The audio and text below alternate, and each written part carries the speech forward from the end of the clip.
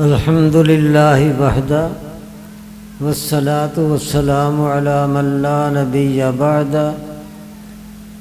اما بعد فاعوذ باللہ من الشیطان الرجیم بسم اللہ الرحمن الرحیم وما آتاکم الرسول فخذوه وما نہاکم عنہ فانتہوا صدق اللہ العظیم وصدق رسولہ النبی الکریم ونحن علی ذلک لمن الشاہدین والشاکرین والحمد للہ رب العالمین۔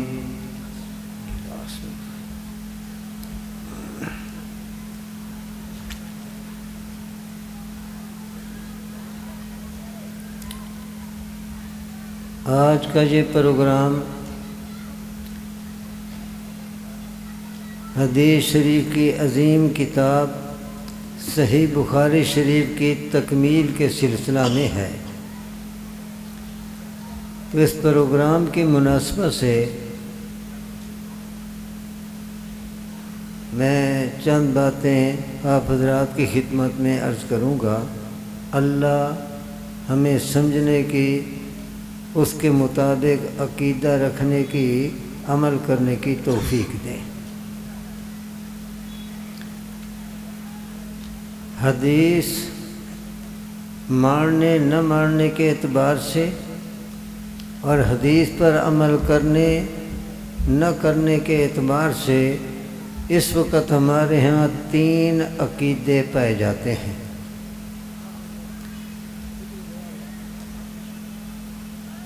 ایک عقیدہ یہ ہے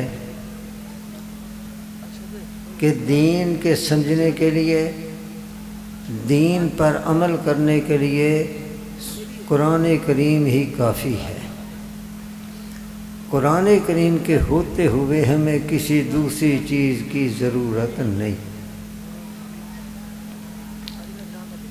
اور جو یہ لوگ بات کرتے ہیں بڑی پرکشش، بہت دھوکہ دینے والی اور بہت ہی لوگوں کو جال میں پھنسانے والی، سوال یہ کرتے ہیں کہ قرآن کریم کامل ہے یا ناقص؟ اگر یہ کامل ہے تو پھر اس کے کامل ہونے کا تقاضا یہ ہے کہ قرآن کریم کے ہوتے ہوئے کسی اور چیز کی ضرورت نہیں۔ جب کامل ہے تو کامل ہونے کا یہی مطلب ہے کہ قرآن ہی کافی ہے، کسی اور چیز کی ضرورت نہیں۔ اور اگر قرآن کریم کے ہوتے ہوئے کسی اور چیز کی بھی ساتھ ضرورت ہے تو پھر تو یہ قرآن کامل نہ ہوا، پھر تو ناقص ہوا کہ اکیلا قرآن کافی نہیں، اس کے ساتھ کسی اور چیز کی بھی ضرورت ہے۔ تو کوئی مسلمان بھی قرآن کریم کو یہ تو نہیں کہہ سکتا کہ یہ ناقص کتاب ہے، یہ کامل ہے۔ اب وہ اگلی دھوکے والی بات یہی کہتے ہیں کہ جب یہ کامل ہے تو اس کا مطلب یہ ہوا کہ قرآن کریم ہی کافی ہے، اس کے ساتھ کسی اور چیز کی ضرورت نہیں۔ ایک نظریہ یہ ہے۔ دوسرا نظریہ یا عقیدہ یہ ہے کہ نبی پاک صلی اللہ علیہ وسلم کی جو بھی صحیح حدیث ہے اس پر عمل کرنا ضروری ہے۔ وہ کہا کرتے ہیں کہ یہ ہو ہی نہیں سکتا کہ نبی پاک صلی اللہ علیہ وسلم کی صحیح حدیث ہو اور پھر اس کے پر عمل نہ ہو سکے۔ یہ کیسے ہو سکتا ہے کہ ہو نبی پاک صلی اللہ علیہ وسلم کی حدیث اور صحیح حدیث ہو اور اس پر عمل نہ ہو سکے؟ لہذا جو بھی صحیح حدیث ہو اس کے اوپر عمل کیا جائے۔ اور تیسرا عقیدہ یہ ہے کہ قرآن کریم کے ساتھ حدیث بھی ضروری ہے، لیکن ہر صحیح حدیث پر عمل نہیں ہو سکتا، بعض حدیثوں پر عمل ہوگا اور بعض حدیثوں پر عمل نہیں ہو سکتا۔ اب میں انہی 3 عقیدوں کے سمجھانے کے لیے کوئی ذرا تفصیلی بات کرتا ہوں۔ جہاں تک پہلے عقیدے کی بات ہے کہ قرآن کامل ہے، جب کامل ہے تو پھر اس کے ساتھ کسی اور چیز کی ضرورت نہیں۔ اس سلسلے میں عرض یہ ہے کہ ہم بھی مانتے ہیں کہ قرآن کریم کامل ہے، یقیناً کامل ہے، لیکن اس کامل کتاب کے سمجھنے کے لیے حدیث کی ضرورت ہے۔ جب تک حدیث کی روشنی میں قرآن کریم کو نہیں سمجھا جائے گا تو قرآن کریم نہ سمجھ آ سکتا ہے، نہ قرآن کریم پر عمل ہو سکتا ہے۔ تو دونوں باتیں اپنی جگہ درست ہیں کہ قرآن کریم کامل، لیکن حدیث بھی ضروری قرآن کے سمجھنے کے لیے اور قرآن پر عمل کرنے کے لیے۔ حدیث کے بغیر نہ قرآن کریم سمجھ آ سکتا ہے، نہ قرآن کریم پر عمل ہو سکتا ہے۔ یہ بات میری آپ حضرات کو تب سمجھ آئے گی جب میں 1-2 مثالیں آپ کو دوں۔ قرآن کریم میں اللہ جل شانہ نے حکم دیا اقیم الصلاۃ، نماز قائم کرو۔ اب یہ جو ہم معنی کرتے ہیں نماز قائم کرو،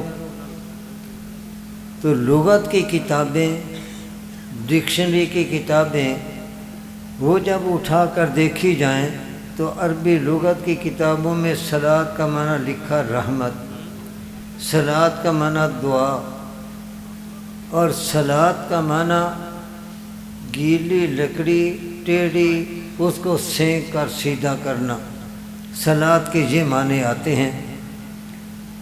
تو اب اگر کوئی آدمی صرف لغت کی، عربی لغت کی کتابیں لے کر قرآن کریم کو سمجھنے کی کوشش کی جائے تو وہاں تو صلاۃ کا یہ معنی لکھا ہوگا۔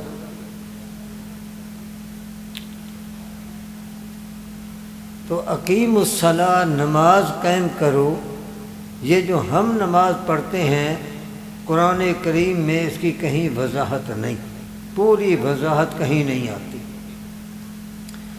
نماز شروع کیسے کی جائے، قرآن کریم کے اندر اس کی کوئی وضاحت نہیں۔ حدیث پاک کے اندر بتایا گیا کہ نماز شروع کرنی ہے، کانوں تک ہاتھ اٹھائیں۔ اب ہاتھ اٹھا لیے، لیکن زبان سے کچھ کہنا ہے یا نہیں کہنا، تو حدیث نے بتایا کہ زبان سے اللہ اکبر کہنا ہے۔ کانوں تک ہاتھ اٹھائے، زبان سے اللہ اکبر کہا۔ اب ہاتھ اسی طرح اٹھے رہیں، لٹکا دینے ہیں یا باندھنے ہیں، قرآن کریم کے اندر اس بارے میں کوئی وضاحت نہیں۔ حدیث پاک نے بتایا کہ ہاتھ باندھنے ہیں، اور کیسے باندھنے ہیں۔ ہاتھ باندھنے کا طریقہ بھی حدیث پاک کے اندر بتایا گیا کہ بایاں ہاتھ نیچے، دایاں ہاتھ اوپر، اس طرح ہاتھ باندھنے ہیں۔ اور اس بارے میں ضمناً چلتے چلتے بات عرض کروں، امام ابو حنیفہ رحمۃ اللہ علیہ کی فقاہت کو بھی داد دینی چاہیے۔ جب حدیثیں دیکھی گئیں تو ایک حدیث میں تو یہ آتا ہے کہ ہاتھ باندھے جائیں کس طریقے سے کہ دایاں ہاتھ بائیں ہاتھ کی کلائی کے اوپر رکھا جائے، دایاں ہاتھ بائیں ہاتھ کی کلائی کے اوپر رکھا جائے۔ بعض حدیثوں میں آتا ہے کہ دائیں ہاتھ کی ہتھیلی بائیں ہاتھ کی پشت کے اوپر یوں رکھی جائے۔ اب اگر کلائی پر رکھیں گے تو ہتھیلی آگے چلی جائے گی، اور اس حدیث کے اندر آیا کہ بائیں ہاتھ کی پشت اور دائیں ہاتھ کی ہتھیلی یہ پشت کے اوپر رکھ دیں، اور بعض حدیثوں میں یہ بھی آیا کہ دائیں ہاتھ کے ساتھ بائیں ہاتھ کو پکڑا جائے۔ اب عمل کیسے ہوگا؟ تو امام ابو حنیفہ رحمۃ اللہ علیہ نے اپنی فقاہت کے ساتھ ایسا طریقہ بتایا کہ تینوں حدیثوں پر عمل ہو جاتا ہے، تینوں قسم کی حدیثوں پر عمل ہو جاتا ہے۔ وہ کیسے؟ فرمایا کہ ایسا کریں کہ بائیں ہاتھ کی پشت پر دائیں ہاتھ کی ہتھیلی رکھ لیں اور اس طرح رکھیں کہ یہ 3 انگلیاں کلائی کے اوپر آ جائیں، یہ 3 انگلیاں کلائی کے اوپر آ جائیں، ہتھیلی یہ پشت پر آ گئی، اور اس انداز سے رکھیں کہ یہ 3 انگلیاں کلائی پر آ جائیں، اور انگوٹھے اور یہ چھوٹی انگلی کے ساتھ یہاں سے اپنے بائیں ہاتھ کو پکڑ لیں۔ اب یہ کلائی پر بھی کچھ ہاتھ آ گیا اور یہ بایاں ہاتھ پکڑا بھی گیا، اور یہ دائیں ہاتھ کی ہتھیلی بائیں ہاتھ کی پشت پر بھی آ گئی، تو تینوں حدیثوں پر عمل ہو گیا۔ اب یہ نماز شروع کرنے کا طریقہ کس کلمے کے ساتھ کیسے شروع کیا جائے، یہ قرآن کریم میں نہیں، حدیث پاک کے اندر۔ ہاتھ باندھ لیے، ہاتھ بندھنے کے بعد اب کیا پڑھنا ہے تو قرآن کریم میں نہیں، حدیث پاک کے اندر ہے۔ سبحانک اللہم و بحمدک، یہ جو ثنا ہم پڑھتے ہیں یہ پڑھنی ہے۔ ثنا پڑھنے کے بعد اب آگے کیسے پڑھنا ہے، قرآن کریم کے اندر ترتیب نہیں بتائی گئی، حدیث پاک کے اندر بتایا گیا کہ سورۃ فاتحہ اور اس کے بعد پھر بعد میں سورت اور ملانی ہے، اور وَلَضَّالِينَ کے بعد آمین۔ یہ طریقہ حدیث پاک کے اندر بتایا گیا۔ رکوع کرنا ہے تو رکوع کے اندر کیا ہم نے پڑھنا ہے، قرآن کریم کے اندر نہیں بتایا گیا، حدیث پاک نے بتایا کہ رکوع کے اندر یہ تسبیح کہنی ہے، سبحان ربی العظیم، اور کم از کم 3 مرتبہ۔ اب سجدے میں گئے تو سجدے میں کیا کہنا ہے وہ بھی قرآن کریم نے نہیں بتایا، حدیث پاک کے اندر ہے، سجدے میں کہنا ہے سبحان ربی الاعلیٰ۔ رکوع کتنے کرنے ہیں، سجدے کتنے کرنے ہیں، قرآن کریم کے اندر یہ نہیں بتایا گیا، حدیث پاک کے اندر بتایا گیا کہ 1 رکعت میں رکوع 1 کرنا ہے اور سجدے کتنے کرنے ہیں۔ بھائی تھوڑا سا آپ بھی بولیں، سجدے کتنے؟ 2۔ دیکھو یہ بچے بھی بتا رہے ہیں، یہ حدیث پاک نے بتایا، سجدے کر لیے، دوسری رکعت میں بیٹھنا ہے۔ اب جب بیٹھیں گے تو بیٹھ کر کیا پڑھنا ہے، قرآن کریم نے نہیں بتایا، حدیث پاک نے بتایا، التحیات للہ، یہ پڑھنا ہے۔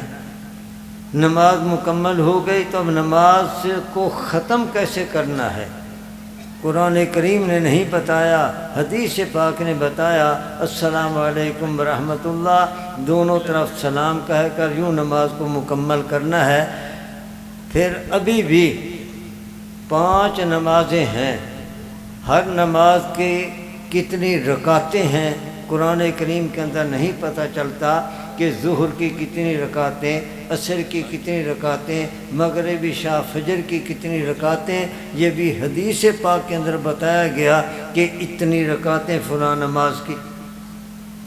پھر نمازوں کے اوقات، کس نماز کا وقت کب شروع ہوتا ہے کب ختم ہوتا ہے، قرآن کریم کے اندر یہ نہیں بتایا گیا، حدیث پاک کے اندر بتایا گیا۔ تو اب دیکھو کتنا زوردار طریقے سے قرآن کریم کا حکم دیا گیا، نماز میں کا حکم دیا گیا، دہرا کر دیا گیا، لیکن قرآن کریم میں نماز کی پوری تفصیل نہیں ملتی۔ یہ تفصیل کہاں ملی؟ یار بولتے کیوں نہیں؟ کہاں ملتی ہے تفصیل؟ حدیث پاک میں۔ اسی طریقے سے قرآن کریم کے اندر اللہ کا حکم ہے یا ایھا الذین آمنوا اذا نودی للصلاۃ من یوم الجمعۃ فاسعوا الی ذکر اللہ، جب نماز کے لیے پکارا جائے، نماز کے لیے ندا کی جائے، نماز کے لیے بلایا جائے۔ اب کن کلمات کے ساتھ بلایا جائے، کیسے ندا کی جائے، کیسے نماز کے لیے پکارا جائے، تو قرآن کریم کے اندر اس کی کوئی وضاحت نہیں کہ کون سے کلمات ہیں، کون سے الفاظ ہیں، کیا انداز ہے۔ حدیث پاک کو جب ہم نے دیکھا تو قرآن میں ہے نودیا، حدیث پاک کے اندر وضاحت آ گئی۔ یہ 5 وقت جو آپ حضرات اذان سنتے ہیں، مؤذن اذان کہتا ہے آپ سنتے ہیں، یہ ہے ندا للصلاۃ، نماز کی طرف پکارنا، نماز کے لیے بلانا۔ یہ خاص کلمات ہیں، خاص انداز ہے، خاص طریقہ ہے، اس کے ساتھ نماز کی طرف دعوت دی جائے تو نودیا للصلاۃ قرآن کریم میں اس کی وضاحت حدیث پاک میں۔ نماز کے لیے بلایا جائے، بھئی جمعے کے دن تو فجر کی نماز بھی ہے، عصر کی بھی ہے، مغرب کی بھی ہے، تو کون سی یہاں پر نماز ہے جس کے لیے بلایا جائے؟ قرآن کریم نے نہیں بتایا، حدیث پاک کے اندر اس کی وضاحت آ گئی کہ وہ ہے نماز جمعہ، نہ فجر، نہ ظہر، نہ عصر، نہ کوئی اور نماز ظہر کی جگہ نماز جمعہ پڑھنی ہے۔ رکعتیں کتنی ہیں قرآن کریم نے نہیں بتایا، حدیث پاک سے پتہ چلا کہ وہ 2 رکعتیں ہیں۔ فاسعوا الی ذکر اللہ، ذکر اللہ سے کیا مراد ہے؟ ہمت سے اللہ کے ذکر کی طرف آؤ۔ اب یہ ذکر سے کیا مراد ہے؟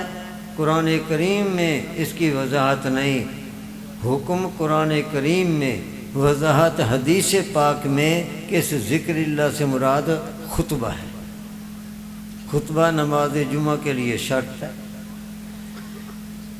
یہ میں نے 2 مثالیں آپ حضرات کے سامنے ذکر کی اس بات کے سمجھانے کے لیے کہ اللہ کے احکامات قرآن کریم میں ہیں اور وہ اتنے کامل ہیں کہ اس سے بہتر کوئی اور حکم ہو نہیں سکتا، لیکن اس کی وضاحت کے لیے، سمجھنے کے لیے اور عمل کرنے کے لیے حدیث کی ضرورت ہے۔ حدیث کے بغیر قرآن کریم کے احکامات نہ سمجھ آ سکتے ہیں، نہ ان پر عمل کیا جا سکتا ہے۔ مولانا محمد علی صاحب جلندری رحمۃ اللہ علیہ، سب کہو اللہ تعالیٰ کروڑوں رحمتیں نازل کرے ان کی قبر پر، وہ اس بات کے سمجھانے کے لیے بڑی ایک پیاری مثال دیا کرتے تھے۔ حضرت فرماتے تھے کہ اللہ تعالیٰ نے انسان کو 2 روشنیاں دی ہیں، ایک داخلی روشنی اور ایک خارجی روشنی۔ داخلی روشنی سے مراد جو اللہ تعالیٰ نے آنکھ کے اندر نور رکھ دیا، روشنی رکھ دی جس سے ہم دیکھتے ہیں، اور ایک ہے خارجی روشنی، جیسے دن کو سورج ہے، رات کو چاند کی روشنی ہے، اب یہ اتنے بلب جل رہے ہیں، ان کی روشنی ہے، یہ خارجی روشنی۔ تو داخلی روشنی اور خارجی روشنی یہ دونوں جب ملتی ہیں تو آدمی کام بھی کرتا ہے، پڑھتا بھی ہے، لکھتا بھی ہے، راستہ بھی اس کو نظر آتا ہے۔ اور اگر ایک روشنی ہو دوسری روشنی نہ ہو، نہ راستہ نظر آئے گا اور نہ کوئی کام کر سکے گا۔ اگر رات کو کوئی کام کر رہا ہے، آدمی باریک سے باریک کام کر رہا ہے، آنکھ کی روشنی بھی ہے اور خارجی روشنی بھی ہے تو کام ہو رہا ہے، لیکن جو ہی بجلی گئی اور یہ خارجی روشنی ختم ہوئی، جہاں اس کا ہاتھ ہے وہیں پر رک جائے گا، اب کام وہ نہیں کر سکتا۔ کیوں کہ ایک روشنی ہے، یہ بجلی کے جانے سے خارجی روشنی ختم ہوگی لیکن آنکھ والی داخلی روشنی وہ تو موجود ہے نا، لیکن کام نہیں ہو سکتا، تو خارجی روشنی ضروری۔ اور اگر 14ویں کا چاند ہو، 12 بجے کا سورج ہو، شباب پر ہے، خوب روشنی ہے، لیکن یہ داخلی روشنی نہیں، تو پھر بھی کام نہیں ہو سکتا، آدمی لکھ نہیں سکتا، راستہ نہیں دیکھ سکتا۔ تو راستہ دیکھنے کے لیے، کام کرنے کے لیے داخلی اور خارجی دونوں روشنیوں کی ضرورت ہے۔ حضرت یہ مثال دے کر فرماتے تھے اسی طریقے سے دین کا راستہ دیکھنے کے لیے، دین کو سمجھنے کے لیے، دین پر عمل کرنے کے لیے، دینی کام کرنے کے لیے دو روشنی کی ضرورت ہے، قرآن کی روشنی بھی ہو، حدیث پاک کی روشنی بھی ہو۔ یہ دونوں روشنیاں ملیں گی تو پھر دین کا راستہ نظر آئے گا اور عمل کرنے کی توفیق ہو جائے گی۔ ان میں سے ایک روشنی بھی ختم ہو جائے، قرآن کی روشنی نہ ہو، حدیث پاک کی روشنی نہ ہو، نہ دین کا راستہ نظر آئے گا، نہ عمل ہو سکے گا۔ تو اب آپ بتائیں، جو کہتے ہیں کہ قرآن کریم اکیلا کافی ہے، حدیث کی کوئی ضرورت نہیں، یہ عقیدہ صحیح ہے یا غلط ہے؟ کیوں بھائی؟ اس کا مطلب یہ ہے کہ آپ نے میری بات نہیں سمجھی۔ جو کہتے ہیں کہ صرف قرآن کافی ہے، حدیث کی ضرورت نہیں، یہ عقیدہ صحیح ہے یا غلط ہے؟ جو کہتے ہیں صحیح ہے ہاتھ کھڑا کریں۔ اچھا، اور جو کہتے ہیں کہ یہ عقیدہ غلط ہے کہ قرآن کامل، لیکن کامل کتاب کے سمجھنے کے لیے حدیث کی ضرورت ہے، حدیث کے بغیر قرآن کریم نہ سمجھا جا سکتا ہے، نہ عمل کیا جا سکتا ہے، اس لیے قرآن کریم بھی ضروری، حدیث پاک بھی ضروری۔ جن کا یہ عقیدہ ہے وہ بھی ہاتھ کھڑا کرے۔ ماشاءاللہ، اللہ ہمیں صحیح عقیدے پر قائم رکھے۔ دوسرا عقیدہ یہ کہ نبی پاک صلی اللہ علیہ وسلم کی جو بھی صحیح حدیث ہو اس پر عمل کرنا ضروری، اور وہ بھی کہا کرتے ہیں کہ اے مسلمانوں، یہ ہو سکتا ہے کہ ہو نبی پاک کی صحیح حدیث اور پھر اس کے اوپر عمل نہ ہو سکے، لہذا ہر صحیح حدیث پر کیا جائے اور عمل ہو سکتا ہے۔ لیکن اے میرے پیارے بھائی، غور کریں گے تو آپ کو سمجھ آئے گی بات کہ یہ عقیدہ بھی غلط ہے۔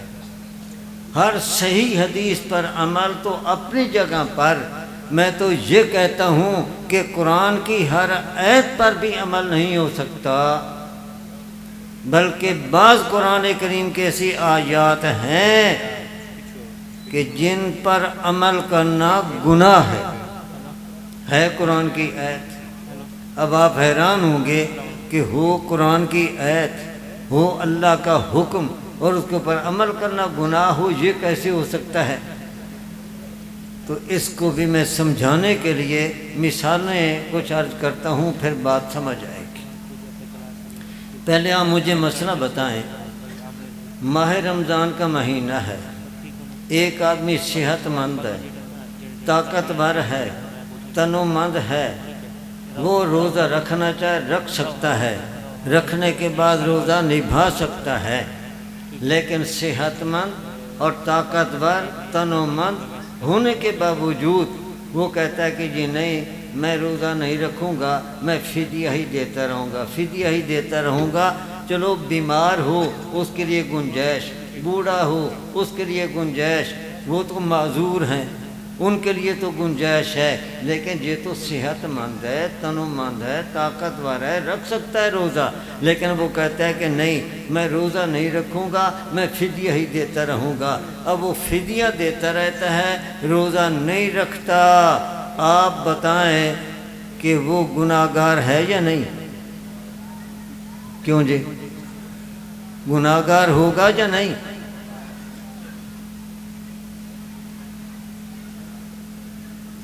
آپ میرا ساتھ دیں گے، میں اکیلا نہیں بولوں گا بھی اور آپ کو کچھ بلاؤں گا بھی۔ کیا خیال ہے، گناہ ہے یا نہیں؟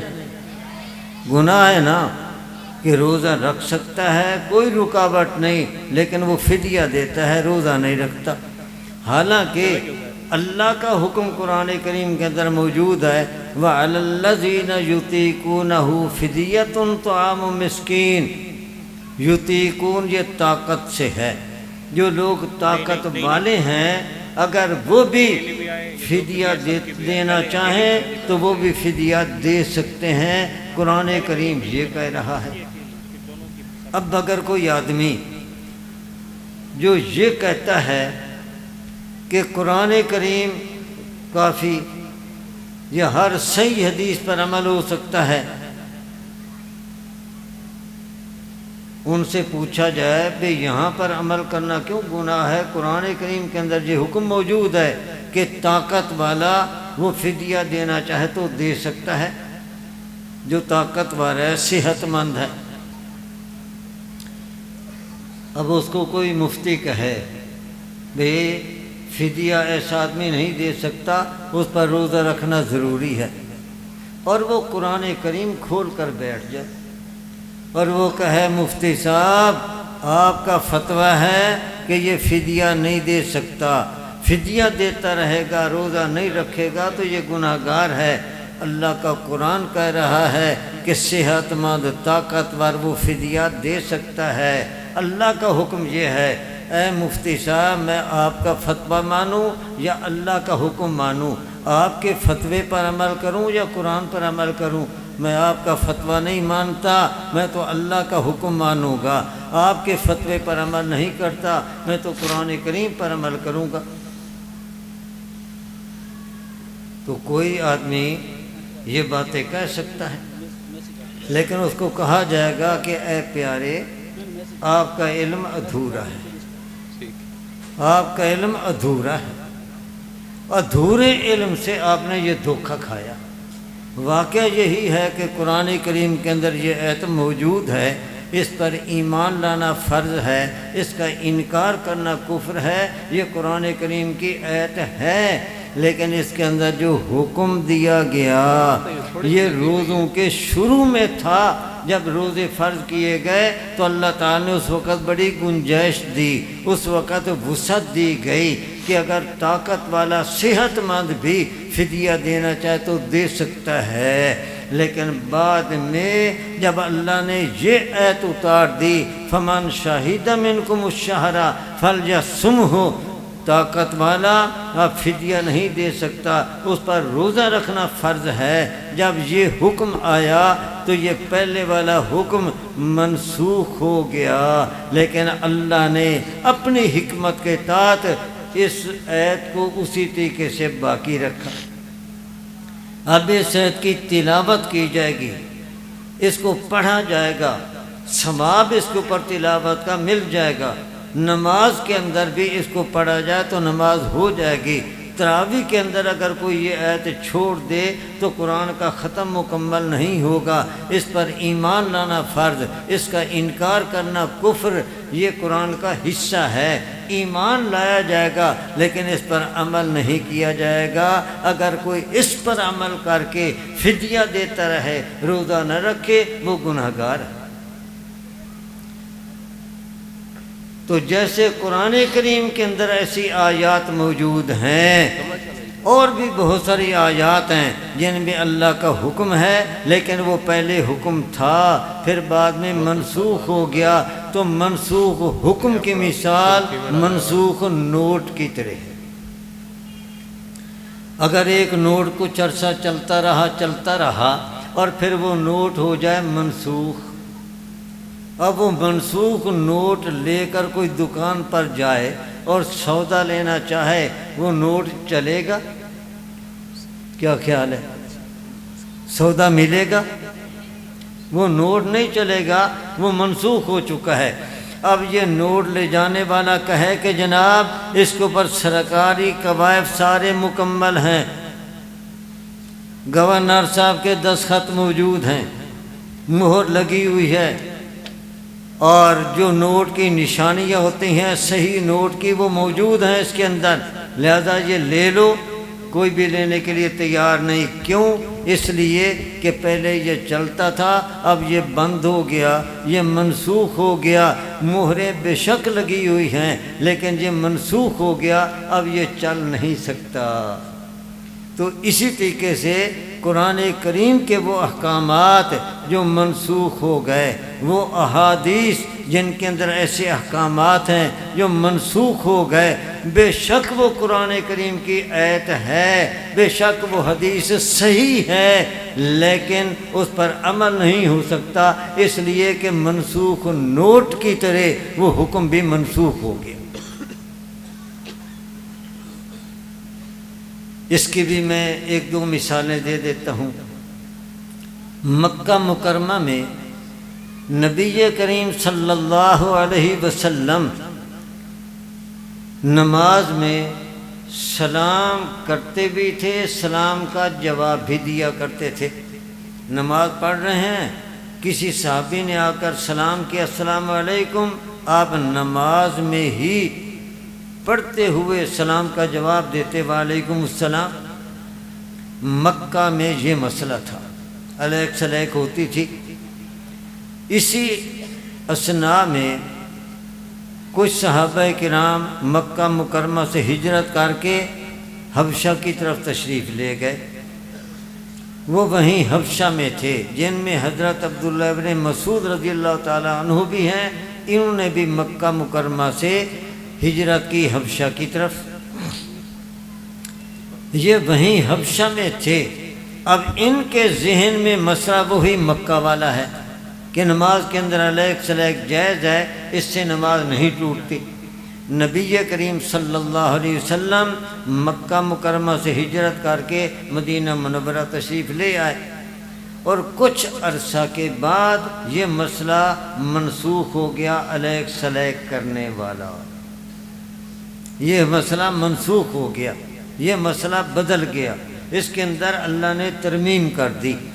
اب حکم یہ ہے کہ نماز کے اندر صرف یا قرات قرآن ہے، یا تکبیر ہے، یا تسبیح ہے، اور یہ سلام نہ تو یہ قرات قرآن ہے، نہ یہ تکبیر ہے، نہ یہ تسبیح ہے، لہذا یہ جائز نہیں ہے۔ اب مسئلہ بدل گیا۔ حضرت عبداللہ ابن مسعود رضی اللہ تعالیٰ عنہ نے جب سنا کہ نبی کریم صلی اللہ علیہ وسلم مکہ مکرمہ سے ہجرت کر کے مدینہ منورہ تشریف لے گئے، تو وہ حبشہ سے سیدھے مدینہ منورہ کی طرف آئے، اور جب مدینہ منورہ پہنچے، نبی علیہ الصلوۃ والسلام کی زیارت ہوئی، آپ نماز پڑھ رہے تھے، تو انہوں نے اپنے اس پہلے مسئلے کے مطابق جو انہوں نے دیکھا تھا اور ان کے ذہن میں وہی مسئلہ تھا، نبی اسلام کو سلام کیا۔ آپ نماز پڑھ رہے تھے، جواب نہیں دیا، دوبارہ سلام کیا، جواب نہیں، تیسری دفعہ سلام کیا، جواب نہیں ملا۔ اب تو جناب پریشان ہو گئے۔ خود حضرت عبداللہ ابن مسعود رضی اللہ تعالیٰ فرماتے ہیں کہ مجھے تو اگلے پچھلے غم یاد آ گئے، اور اگلے پچھلے غموں نے مجھے پکڑ لیا۔ آنسو بہہ رہے ہیں، پریشان ہیں، بڑے غمگین ہیں۔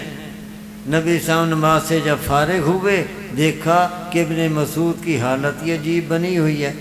وہ سوچ رہے ہیں کہ شاید مجھ سے کوئی ایسی غلطی ہوئی کہ اس غلطی کی وجہ سے نبی صلی اللہ علیہ وسلم ناراض ہو گئے اور سلام کا جواب نہیں دے رہے، کیونکہ ان کو مکے والا مسئلہ تو یاد تھا، یہاں مسئلہ جو تبدیل ہو چکا تھا اس کا پتہ نہیں تھا۔ لیکن نبی صاحب نے جب ان کو پریشان دیکھا تو آپ نے تسلی دی اور فرمایا کہ اے ابن مسعود، ناراضگی والی کوئی بات نہیں، اللہ جب چاہتے ہیں نیا حکم دے دیتے ہیں۔ پہلے حکم تھا کہ نماز کے اندر علیک سلیک جائز ہے، اب حکم یہ ہے کہ نماز کے اندر یا قرات قرآن ہے، یا تکبیر ہے، یا تسبیح ہے، سلام جائز نہیں ہے۔ مسئلہ بدل گیا،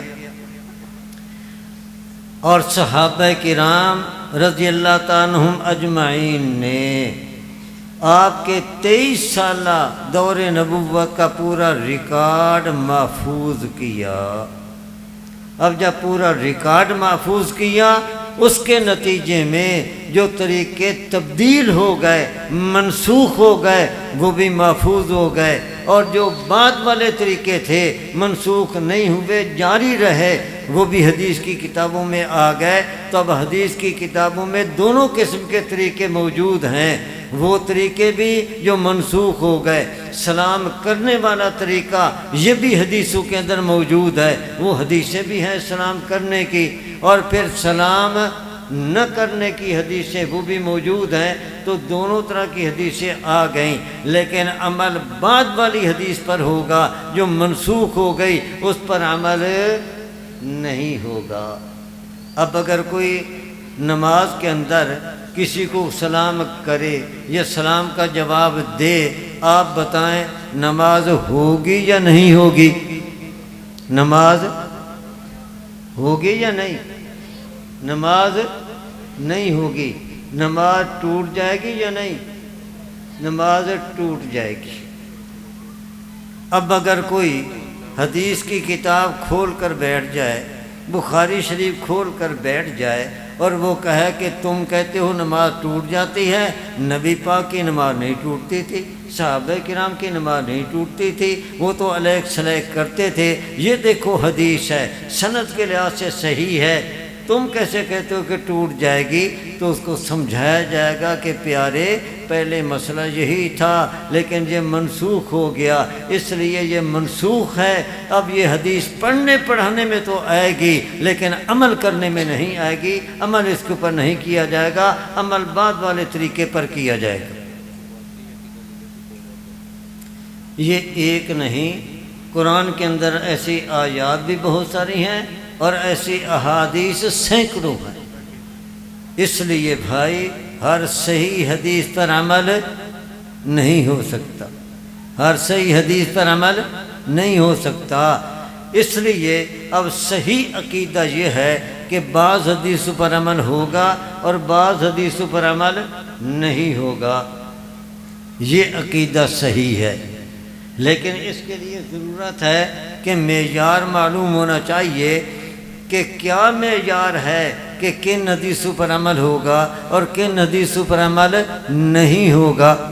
اتنا تو پتہ چل گیا کہ عمل کرنے کے لیے صرف حدیث کا صحیح ہونا کافی نہیں، جو طریقے منسوخ ہو چکے وہ منسوخ طریقے جن حدیثوں کے اندر ہیں سند کے لحاظ سے وہ بھی صحیح ہیں، لیکن ان پر عمل کرنا جائز نہیں ہے۔ تو عمل کا در و مدار سند کے صحیح ہونے پر نہیں، صحت سند، قوت سند یہ عمل کا معیار نہیں۔ اب معیار ہوگا کیا؟ تو بڑی مختصر بات ہے کہ معیار سنت ہے۔ میں نے کیا کہا معیار؟ ذرا آپ بھی کہہ دیں، عمل کرنے کے لیے معیار کیا ہے؟ سنت ہے، کہ حدیث صحیح، لیکن عمل کرنے کے لیے صرف صحیح ہونا کافی نہیں، دیکھا جائے گا کہ صحیح ہونے کے بعد یہ سنت بھی ہے یا نہیں۔ اگر سنت ہے تو عمل کیا جائے گا، سنت نہیں تو بھلے اس کی سند صحیح ہو عمل نہیں کیا جائے گا۔ اب آپ مجھ سے پوچھ سکتے ہیں کہ جناب یہ بھی تو بتائیں کہ سنت کسے کہتے ہیں؟ عام طور پر ہمارے بھائی کہہ دیا کرتے ہیں کہ سنت کہتے ہیں نبی پاک صلی اللہ علیہ وسلم کا طریقہ، نبی پاک صلی اللہ علیہ وسلم کا طریقہ، لیکن یہ بات ادھوری ہے، ادھوری ہے۔ پوری بات یاد رکھیں، سنت کہتے ہیں نبی پاک صلی اللہ علیہ وسلم کا دائمی طریقہ۔ کیا کہا میں نے؟ ذرا آپ کہنا یاد ہو جائے، نبی پاک صلی اللہ علیہ وسلم کا دائمی طریقہ۔ دائمی طریقے سے مراد یہ ہے کہ جو طریقے منسوخ ہو گئے وہ دائمی نہیں، وہ عارضی تھے، محدود وقت کے لیے تھے، وہ چھوڑ دیے گئے۔ تو ایسے طریقے جنہوں منسوخ ہو گئے، چھوڑ دیے گئے، وہ دائمی طریقے نہیں، اور اس کے متبادل بعد میں جو طریقہ جاری ہوا وہ طریقہ ایسا جو نبی صلی اللہ علیہ وسلم کی اخیر زندگی تک جاری رہا، پھر صحابہ کرام کے اندر بھی جاری اور بعد میں بھی جاری رہا، تو یہ جاری اور دائمی طریقہ یہ سنت ہے۔ اس لیے دیکھا جائے گا کہ وہ طریقہ عارضی جو چھوڑ دیا گیا تھا وہ ہے یا دائمی طریقہ ہے، تو یہ دائمی طریقہ یہ سنت ہے۔ اس لیے حدیث کے صحیح ہونے کے بعد اگلی تحقیق یہ ہوگی کہ وہ عارضی طریقہ تھا یا دائمی طریقہ تھا، وہ منسوخ ہے یا غیر منسوخ ہے۔ اگر وہ غیر منسوخ ہے، دائمی طریقہ ہے، سنت ہے، اس پر عمل ہوگا، اور اگر دائمی طریقہ نہیں تو حدیث جتنی صحیح سند والی ہو اس کے اوپر عمل نہیں ہوگا۔ وآخر دعوانا الحمد للہ رب العالمین۔